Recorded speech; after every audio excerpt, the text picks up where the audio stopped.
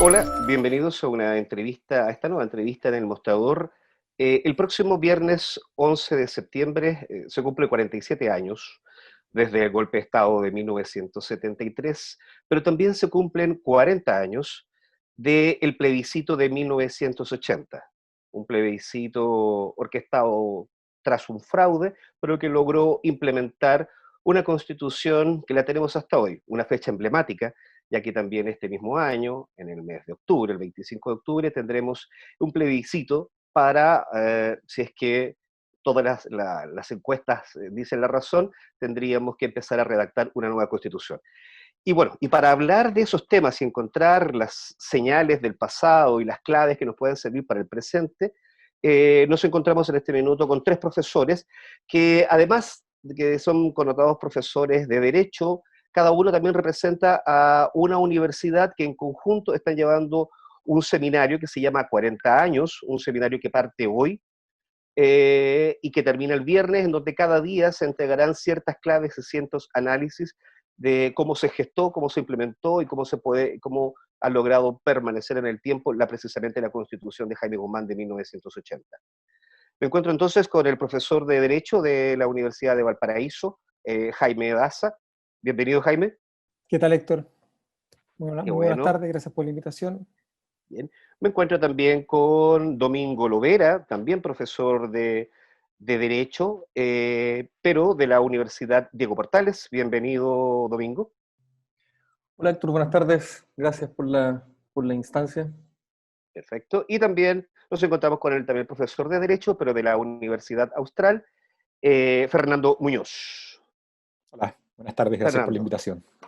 qué bueno tenerlos acá. Como les dije en un comienzo, creo que es interesante poder ver, ¿cierto? Poder tratar de escudriñar qué claves podríamos encontrar en el pasado para poder prever o entender el presente. Y quiero partir por lo siguiente. Contigo, Jaime. Eh, Uno de los defensores más fieles de la Constitución del 80, hoy día podríamos decirlo, un excéntrico defensor de la Constitución del 80, es Pablo Longueira. Y hace poco rato, dentro, digamos, de las últimas horas, eh, digamos, una declaración que llama bastante la atención, en donde es el mismo defensor de la Constitución del 80, se pone en los zapatos de Jaime Guzmán, una vez más, y dice, Jaime Guzmán pensaría que la Constitución del 80 terminó, llegó a su fin, terminó un ciclo y que había que dar vuelta la página. Tú como abogado constitucionalista y que estás ahora también en este panel, ¿coincides de alguna manera con Pablo Longueira de que efectivamente la Constitución del 80 ya llegó a su fin, independiente de que haya habido una manifestación masiva en octubre del año pasado? Mira, en parte sí, en parte no. Primero porque efectivamente yo creo que no es posible pensar el actual proceso constituyente con independencia de lo que ocurrió a partir de octubre, ¿verdad? Eh, Ciertamente forma todo, creo yo, parte de un mismo ciclo político. Estamos hablando de las cuestiones constitucionales después de varios años de administrar esta crisis de legitimidad que tiene el ordenamiento constitucional. Y en ese mismo sentido, claro, decir que la Constitución del 80 llegó a su fin supone de alguna manera afirmar o aceptar que en algún momento ese texto constitucional fue una constitución en regla.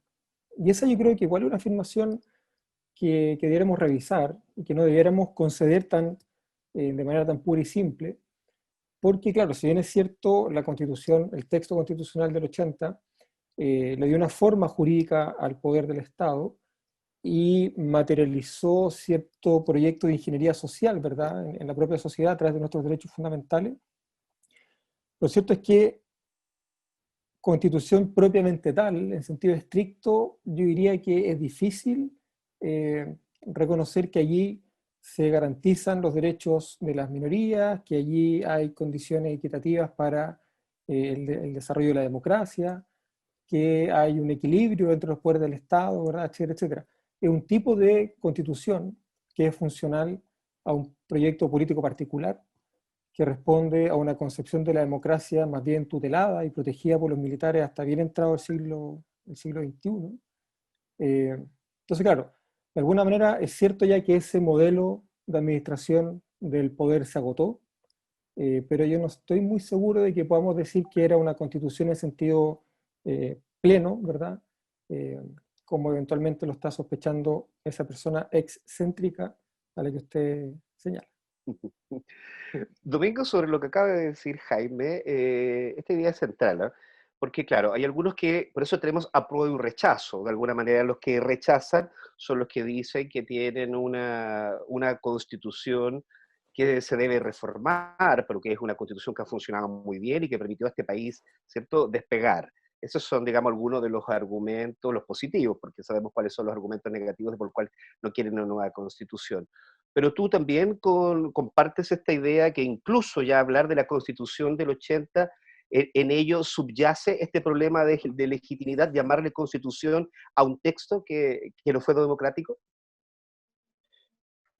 Sí, Héctor, mira, yo estoy muy de acuerdo con lo que plantea Jaime. Si te fijas, y no sé si Jaime lo hizo deliberadamente, como lo conozco, yo creo que sí.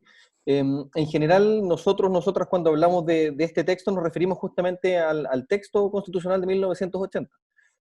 Son pocas las Claro. personas, yo creo, al menos de la generación de académicas y académicos con los que nosotros compartimos, que se refieran a este texto como la Constitución de 1980. Cosas que uno ve cuando comparte con académicas y académicos de otros lados que sí lo hacen respecto a sus propias constituciones. Entonces, a mí me parece clave lo que afirma Jaime, ¿no? Cuestionar esta referencia al texto como una constitución propiamente tal. Después yo diría en segundo lugar, y un poco a eso apunta este encuentro que estamos organizando durante toda la semana, a mí me parece súper importante insistir y volver a poner sobre la mesa algo que en la discusión entre nosotras y nosotros se ha denominado, es muy propio de Chile esto, ¿no?, el pecado de origen del texto constitucional de 1980. Porque se lo menciona, ¿no?, su imposición 1973-1980 como una cuestión que ya se habría dejado en el pasado, sobre la cual no es necesario volver, y lo cierto es que no, lo que vemos hoy día es una proyección de esas instituciones, de esa forma de asentar el poder, de esa forma de definir a un Estado, hasta el día de hoy. Y no solo eso, y aquí está Fernando con nosotros, Fernando en un libro que publicó en 2015, si no me recuerdo, Fernando, Hegemonía y Nueva Constitución. Bueno, Fernando lo dice claramente, no es un pecado de origen así sin más como otras constituciones que se han definido en términos no absolutamente democráticos. Esta es una imposición sobre la base y a punta de terror. Entonces, ojo, no saquemos de la escena el pecado de origen como algo digo, el pasado que no hay que volver a discutir, ¿no?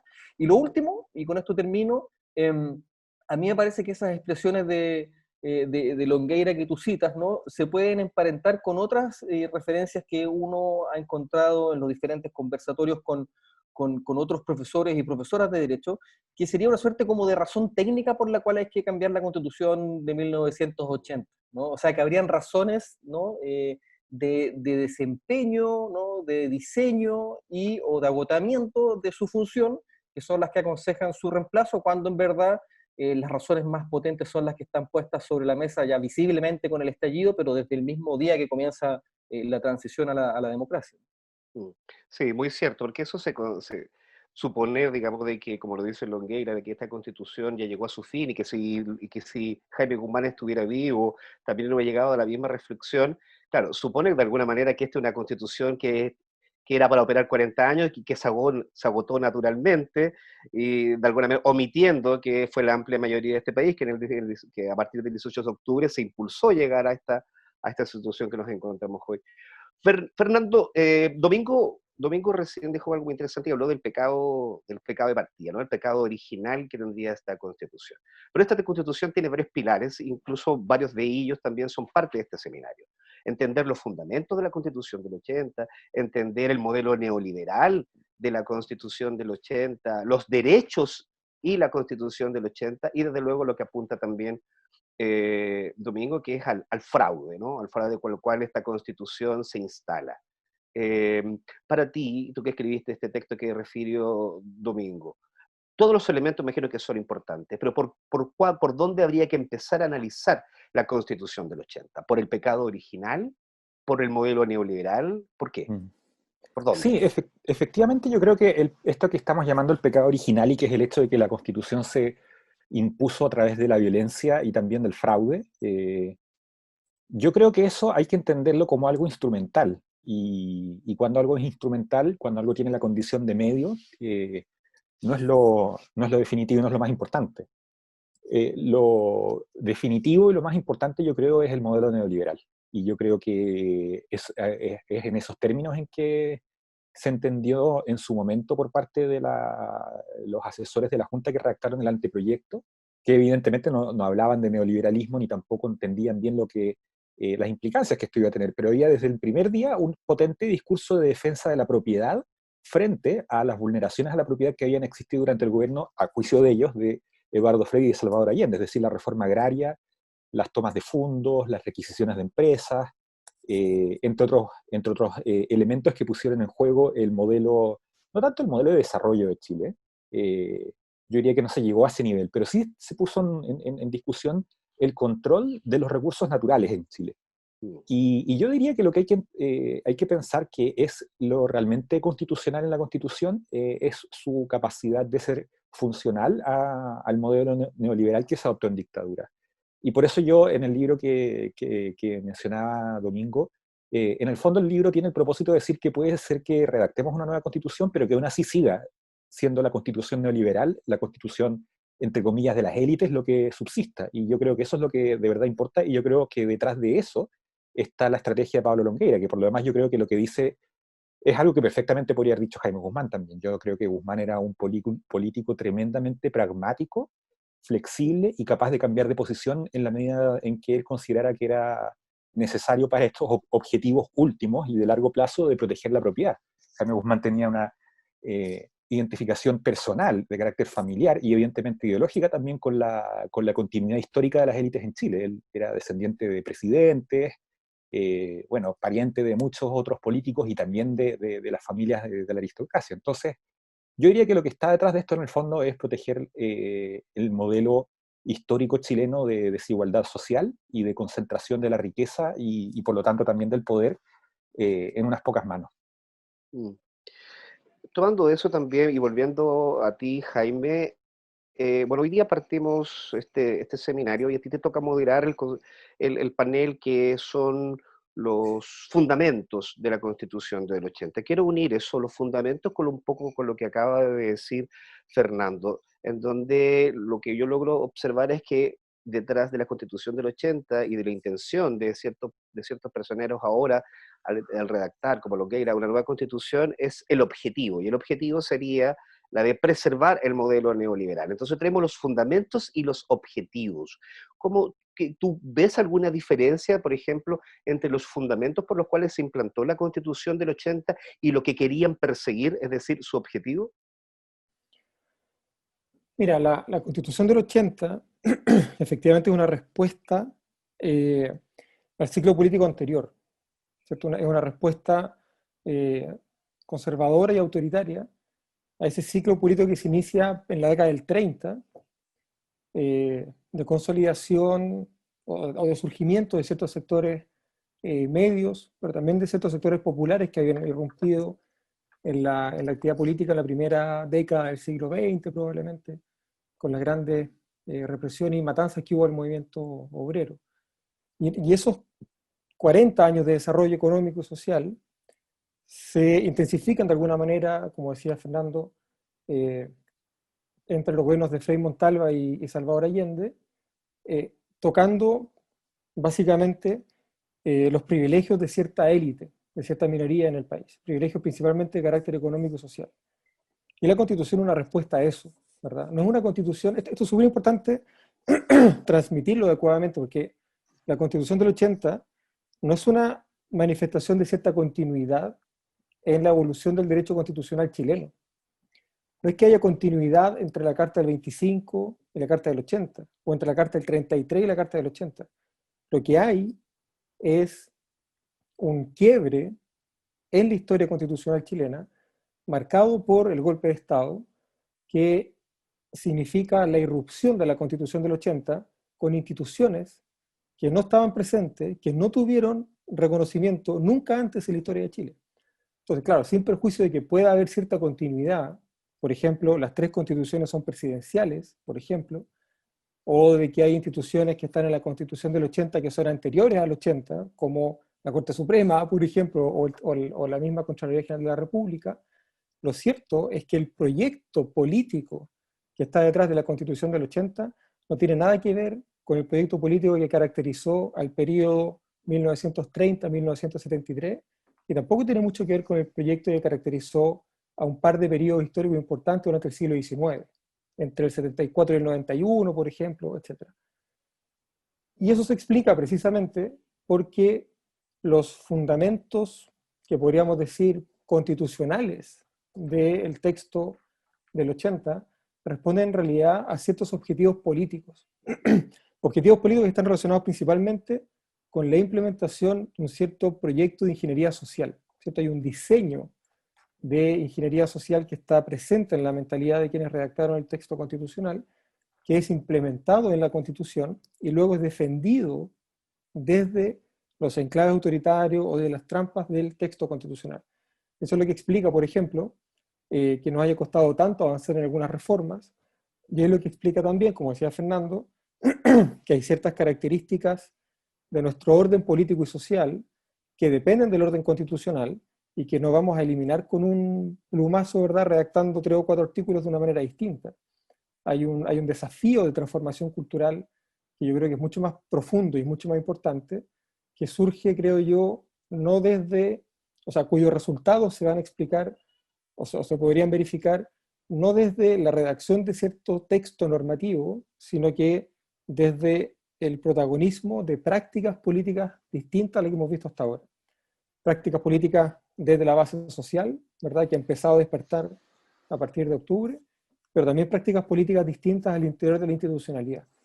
Si cambia la norma, pero las prácticas políticas siguen siendo funcionales a la concentración del poder, las cosas van a seguir más o menos igual. Entonces el desafío, creo yo, es doble, es cambiar la Constitución en su dimensión jurídico-normativa, pero al mismo tiempo transformar las prácticas políticas que dan forma a las instituciones del Estado y a las condiciones a partir de las cuales ejercemos nuestros derechos fundamentales. Domingo, bueno, tú el miércoles integras el panel La Constitución y los Derechos, donde junto a otros panelistas vas a analizar el texto constitucional de 1980 bajo esa perspectiva. De acuerdo también lo que acaba de decir Jaime, hizo una diferenciación, ¿no? Que detrás de los fundamentos hay objetivos ideológicos y eso es lo que se intentó implantar en los 80. Y hoy día tenemos un desafío que no es implantar nuevos, lo entiendo yo así, no es implantar nuevos objetivos ideológicos, sino por el contrario, dar cuenta de una transformación cultural que es un poco la que empezamos a observar y que se está viviendo en Chile, pero incluso podríamos también hablar del mundo, ¿no? El mundo está cambiando sus columnas, está moviéndose de eje, y no sabemos muy bien en qué dirección, pero estas cosas se están moviendo. Desde tu análisis, los derechos, por ejemplo, los derechos que se vieron restringidos, o los derechos con los cuales se vieron también como enaltecidos para poder, qué sé yo, defender y echarle para adelante con todo lo que fue la maquinaria neoliberal. ¿Tú consideras que, por ejemplo, que el desafío más importante hoy es precisamente dar cuenta de una transformación cultural donde los derechos que hoy día que se consagren en la nueva Constitución sean distintos a los que de 1980, que den cuenta del mundo actual que estamos viviendo hoy, o se trata de una Constitución similar, digamos, a todos estos procesos que acaba de escribir Jaime? A ver, yo creo que sí y que no. Ujú, Y un mini rodeo para responder la pregunta. por supuesto. Em, yo no tengo dudas que hay reclamos de parte de la ciudadanía que se están manifestando en clave de derechos y la discusión respecto a cuáles derechos fundamentales constitucionales vamos a incluir y cuáles no, va a ser, no tengo duda, ¿no? Una discusión crucial en, El agua, por en ejemplo. el agua, salud, ¿no? Educación, y voy sobre esto enseguida, ¿no? O sea, va a ser una discusión crucial en el órgano constituyente. Pero, y lo que muchas veces perdemos de vista, y enhorabuena, este es un debate que se ha instalado, me parece a mí, en América Latina también, no sé si Jaime y Fernando estarán de acuerdo, a veces perdemos de vista justamente el andamiaje orgánico de ejercicio del poder que se hace necesario muchas veces para poder implementar este tipo de derechos, ¿no? Entonces, eso es interesante, digamos, transparentarlo e insistir. Si nos centramos únicamente en la discusión de la prosa que deben llevar nuestros derechos fundamentales y descuidamos la orgánica, ¿no? Seguimos manteniendo una orgánica que funcione, por ejemplo, como decía Fernando, sobre la base de prácticas de ejercicio del poder del pasado y generadas, ¿no? durante el 80 en adelante, ¿no? Quizás terminamos con lindas declaraciones que van a carecer de un correlato práctico. Entonces, habría que entrarle a ambos aspectos de una constitución, ¿no? Al reconocimiento de estas garantías y derechos que en buenas cuentas definen qué es lo que somos, cómo nos vemos, ¿no? Y también la parte orgánica de ejercicio del poder, así una parte orgánica que dé la bienvenida justamente a estos cambios que tú dices que se están percibiendo hoy día en las comunidades. Después, lo segundo que yo diría es que lo que la Constitución hace en términos generales, y esto es una expresión que se ha popularizado, ¿no? Es distribuir el poder. Y lo hacen de manera vertical y de manera horizontal. Ahora, el texto del 80 lo que hace es poner énfasis principalmente en lo vertical, pero de modo inverso, ¿no? O sea, la regla general es que esa distribución del poder entre el Estado y la ciudadanía, en un régimen democrático, esté puesto, ¿no? en manos de la ciudadanía para poder controlar el ejercicio del poder. Y aquí el ánimo era uno distinto. O sea, uno, obviar la distribución de poder a nivel de ciudadanía, ¿no? horizontal, para lo que es relevante lo que se denominan derechos sociales, ¿no? Un bienestar de vida razonable que permita que las personas puedan comportarse, mirarnos a la cara, ¿no? sin temor, ¿no? Mirarnos a los ojos, como dice Philippe Petit, ¿no? El test de poder mirar al ojo sin tener miedo a una represión, ¿no? o a deberle algo a alguien. Pero lo que digo entonces es que el texto del 80 más bien estuvo animado por marcar muy claramente en materia de derechos esta dimensión vertical e inversa, ¿no? Donde el Estado y el aparataje orgánico se blinda en buenas cuentas de los influjos que puedan presentarse desde la comunidad. Y esto es lo que hace entonces que exista esta disonancia entre, ¿no? los reclamos de la comunidad política, del pueblo, de la ciudadanía, y las respuestas que el sistema estatal le está entregando. Esto fue algo que, y en esto es brillante el diseño, ¿no? Esto es lo que explica entonces ese malestar. No es únicamente que debe haber políticos y políticos que son malos y malas, o políticas y políticos que lo empezaron a pasar bien, y que se amigaron y se amistaron con el modelo. Eso también pasó. Pero particularmente en términos de organización del ejercicio del poder, esta es una constitución que miró el esquema que estaba montando como uno que había que proteger de la ciudadanía, del pueblo. Entonces yo creo que, fíjate, a pesar de que uno pueda ver, para volver a la continuidad, ¿no? Uno puede ver que en la historia de Chile los derechos de orden civil y político, libertad de expresión, privacidad, han estado siempre presentes desde muy temprano en el constitucionalismo chileno. Me parece a mí que esa va a ser una discusión que hay que mirarla en este otro sentido. O sea, ¿cómo hacemos para que esas sean garantías que permitan proteger un espacio de autonomía para las personas, ¿no? Y segundo, lo que me parece a mí va a ser la segunda discusión importante en materia de derechos, sin descuidar, como digo, la orgánica y la institucionalidad, la cuestión relativa a los derechos sociales. ¿Cómo hacemos para resguardar, asegurar un nivel de vida adecuado, no necesariamente mínimo, ¿no? sino que lo que nos parece como comunidad adecuado, para que no exista esas brechas de poder ahora entre personas, entre particulares, ¿no? Y hacer, o lograr hacer, o apuntar a movernos hacia una comunidad donde la vida de uno no dependa del arbitrio de otro o de otra. Fernando, eh, bueno, este seminario que se está organizando no se entiende, digamos, simplemente porque se está conmemorando un aniversario más, digamos, de este texto constitucional que cumple 40 años, sino que cobra esto pertinencia porque estamos a punto, digamos, de iniciar un proceso también constitucional en democracia, y esa es la razón, en definitiva, por qué es tan importante hoy día hablar de la Constitución del 80. Desde esa perspectiva, Fernando, se ha hablado siempre de que volver a tener una constitución es una oportunidad para tener una constitución que sea realmente representativa de los ciudadanos de Chile, en democracia, en libertad, pero poco se habla de los riesgos. Me gustaría si tú me pudieses, por ejemplo, mencionar qué riesgos, por ejemplo, podríamos enfrentar en una nueva discusión constitucional y que sea una réplica de lo que ya tenemos en la Constitución, digamos, en el texto constitucional del 80. ¿Dónde deberíamos poner el ojo para que no se repita lo que ya está en un texto en el otro? Yo no estoy tan preocupado por el texto, la verdad. Yo también suscribo una visión escéptica respecto a lo que la prosa, como decía Domingo, puede lograr o no lograr. Yo creo que la pregunta es más bien sobre diseños institucionales que evidentemente están escritos. No se trata de decir que las palabras no importan. Pero, pero hay una De, tendencia. de Hay esa una- lógica, de esa lógica. sí, ¿Qué hay, deberíamos evitar?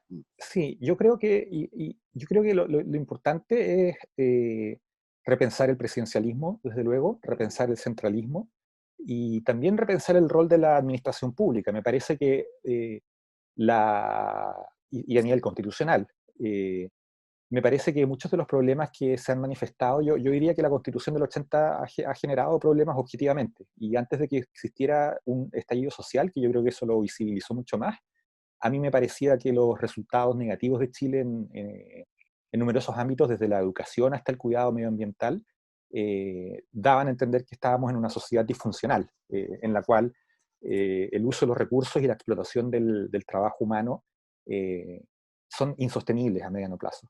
Y eso yo creo que es un hecho de preocupación para alguien con independencia de si sea de izquierda o de derecha. Entonces yo creo que los puntos centrales de la Constitución, lo que debiéramos evitar justamente es esta dificultad, primero de que participe toda la comunidad. Y eso, por eso yo digo, hay que repensar el presidencialismo tal como existe hoy en día y también repensar el rol que tienen las regiones en materia de diseño y ejecución de sus propios proyectos y evidentemente generar la participación ciudadana. Pero, a su vez, yo diría que estos replanteamientos son insuficientes si es que no creamos también nuevas instituciones que hagan realidad los derechos. Lo que decía Domingo me parece muy importante. Yo creo que se necesita un gran esfuerzo de creatividad y de imaginación institucional para crear órganos e instituciones que tengan la posibilidad efectiva de llevar a cabo los grandes objetivos constitucionales de dar protección social y proveer al bienestar de la nación. Y eso se logra con cosas como un Servicio Nacional del Consumidor que tenga un rol efectivo en proteger los derechos de los consumidores. Eso se logra con instituciones que estén preocupadas de la adecuada distribución del derecho de aguas, y así podríamos sucesivamente. O sea, no se trata de inventar más burocracia, sino que se trata de crear instituciones que tengan jurídicamente la efectiva posibilidad de llevar a cabo ciertos objetivos. Y esas instituciones son justamente las que, no la Constitución misma de 1980, pero sí todo el proceso legislativo que llevó a cabo la Junta Militar. Ese tipo de instituciones son las que ellos lograron destruir. Algunas de ellas ya habían existido, ¿cierto? Y a lo largo de los años de la concertación se fueron reconstruyendo, pero siempre sin potestades efectivas. Y el CERNAC es uno de los mejores ejemplos. Entonces, yo diría que lo que hay que hacer es pensar muy bien en cómo se puede ejercer, cómo el Estado, un Estado participativo y democrático, puede ejercer una función de mediación en los conflictos sociales cotidianos. No estoy hablando de las grandes marchas. Todos los días hay conflictos. Todos los días alguien no recibe educación o no tiene acceso al agua, y esos son conflictos. Entonces yo creo que lo que hay que repensar es cómo lograr que el Estado logre cumplir con esos objetivos. Si nos quedamos en la redacción de frases muy bonitas, si nos quedamos como en la discusión de la semántica constitucional, no vamos a lograr el objetivo de efectivamente cambiar las condiciones materiales de vida de los ciudadanos. Para ir cerrando, estimados, sintéticamente me gustaría dar la palabra a cada uno de ustedes, pero sintéticamente si pudiesen ustedes, así como lo acaba de esbozar también Fernando, poner dónde habría que mirar, cuáles serían los puntos más específicos que si tuviésemos que elegir habría que tener mucho cuidado, tanto para evitar como para reforzar algunas cosas, digamos, que no están. Jaime. Mira, yo creo que lo más importante es entender el rol que cumple la protección de los derechos fundamentales en la configuración de nuestras relaciones sociales, ¿verdad? Y pensar desde ahí eh, espacios comunes, ¿verdad? De encuentro donde la educación, por ejemplo, pueda volver a ser un espacio de integración social, de cohesión social, y deje de ser esa forma de segregación. Entonces yo creo que el principal desafío está ahí, ¿verdad? Pensar la sociedad desde aquellas cuestiones que tenemos en común y no desde aquellas cuestiones que, como el lucro o las capacidades económicas, tienden más bien a segregarnos. Perfecto. Domingo, lo mismo. ¿Dónde habría que poner la mirada? Construyo sobre lo de Jaime. Ujú. Completamente de acuerdo con lo que dice Jaime. Insistiría un poco en lo que estábamos conversando antes. Em, Estamos pensando, vamos a deliberar, espero, vamos a discutir una constitución el año 2020, el año 2021. O sea, estamos en condiciones, me parece a mí, óptimas para justamente evitar caer, ¿no? E insistir en lo que Unger denomina el fetichismo institucional, o sea, de creer que las instituciones que tenemos hoy día son de un cierto tipo, casi como una suerte de evolución natural, eh, como si estuviésemos en el fin de la evolución de esas instituciones. O sea, que ya no pueden cambiar, no pueden mutar, no pueden profundizarse. Y me parece que eso es un desafío que tenemos, yo diría, más que un riesgo, más que algo que cuidar, algo en lo que hay que ponerle creatividad. O sea, mirar otras experiencias recientes y pensar si acaso las instituciones que tenemos, tal como están hoy día, responden a las necesidades de una comunidad política que se está redefiniendo en este momento. Por ejemplo, ¿tienen que ser los congresos nacionales siempre congresos bicamerales? A lo mejor la respuesta es no. A lo mejor la respuesta es necesitamos un congreso unicameral. Y esa es la forma en que mejor, ¿no?, podemos definir nuestras instituciones para efectos de poder alcanzar esos objetivos ambiciosos que vamos probablemente a plasmar en una declaración importante de principios, ¿no?, a la que hay que darle operatividad. Y lo segundo, la participación es clave. En octubre, durante el desarrollo del proceso y en adelante, la historia constitucional chilena lamentablemente ha mostrado que ha existido un solo actor político constitucional fundamental, han sido los militares. Esta es primera vez en la historia de Chile donde la ciudadanía va a tener un rol incidente y hay que estar a la altura de las circunstancias en el sentido de que hay que honrar esa participación con una intervención activa. Ujú. Fernando, un minuto para ahondar. Sí, yo creo que lo importante también es tener presente que la Constitución no va a llevar a cabo todos los objetivos que se persiguen, va a tener que ser necesario un nuevo Congreso y un nuevo periodo político en que los actores que están comprometidos con estos objetivos logren llevar a cabo esos objetivos, ¿no? Se va con la Constitución, una vez que sea promulgada, se va a iniciar un proceso, pero eso no va a ser el fin y por lo tanto la ciudadanía debiera mantenerse involucrada y los partidos políticos debieran estar a la altura de este desafío. Perfecto, bueno, quisiera darle las gracias y también mucho éxito en el seminario que parte hoy día y que termina el próximo viernes. Gracias Jaime Baza, Domingo Lovera y Fernando Muñoz por esta, ¿no?, entrevista en El Mostrador. Éxito en el seminario. Muchas gracias. Súper, gracias.